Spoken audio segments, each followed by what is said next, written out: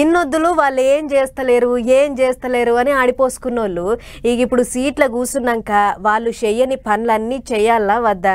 అందుకే పోయిన 5 ఏళ్ళు పాత సర్కారోళ్ళు లాపర్వా చేసిన పనులు, కిందికి మీదికి చేసిన పనులు అన్నిటినీ చక్కదిద్దే ఇగ్రం చేస్తుర్రు ఏపీల గద్దెనెక్కిన కొత్త సర్కారోళ్ళు. మంత్రులంతా ఆలస్యం చేయకుండా పనుల పడ్డారు. ఆఫీసర్లతోని మీటింగ్లు పెట్టుకుంటా పరుగులు పెట్టించినట్టే చేస్తుర్రు.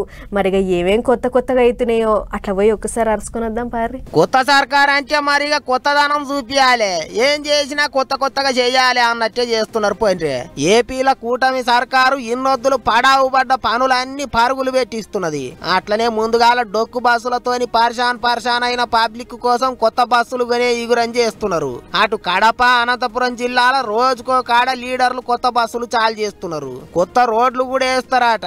ఇంకో ముచ్చట ఏంటిదంటే భూములు రిజిస్ట్రేషన్ చేసి ఇచ్చిన పాస్ బుక్కుల మీద ఇదివరకు పాత ముఖ్యమంత్రి ఫోటో ఉండేది కదా, గా బుక్కులన్నీ వెనకకి మని చెప్పిండ్రట కొత్త సర్కారోళ్ళు.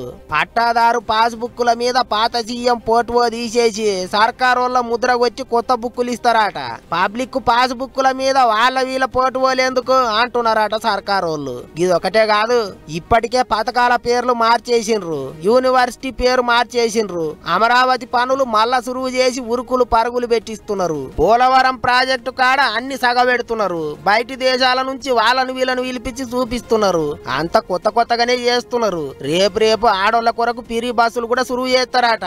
ఏమైనా చిన్నగా లేదు పోయినరి కొత్త సర్కారోళ్ళ రువడి అనుకుంటారు ఇప్పుడు అందరూ.